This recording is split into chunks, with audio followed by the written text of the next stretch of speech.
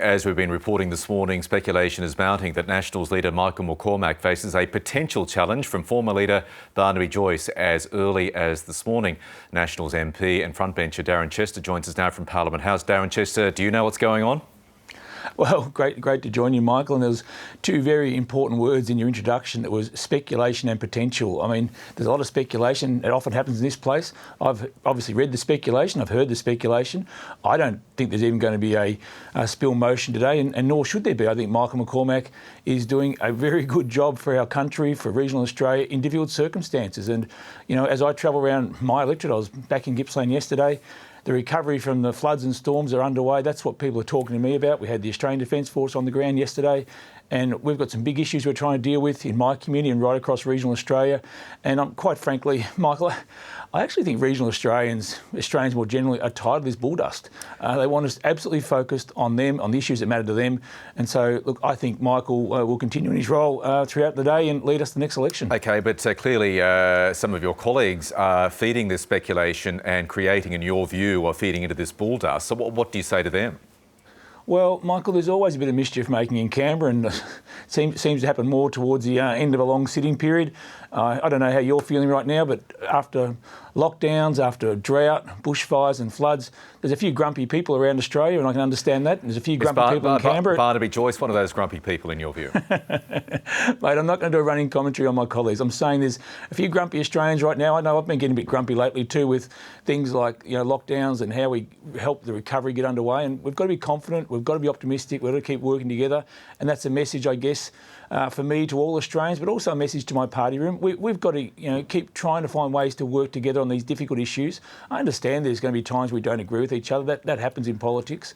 But by and large, we're a robust and passionate bunch of people who come from all over Australia to gather in Canberra and fight for regional communities. But you're looking like a rabble at the moment. That's how a lot of voters see it, as you yourself point out.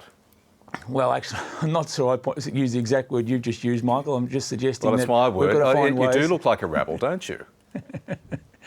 Oh, mate, I can understand why you're saying it, but I'm not going to join in the commentary on my room, other than to say there's a lot of really talented, passionate people there. Some of them don't necessarily have the job they want to have right now, and that happens in politics. But in the interests of regional Australians, we've got to keep focused on the issues that matter to them. And things like the coronavirus recovery, the drought recovery, the bushfire recovery, the flood and storm recovery, jobs in regional communities, they're all the issues that people come to me and talk to me about.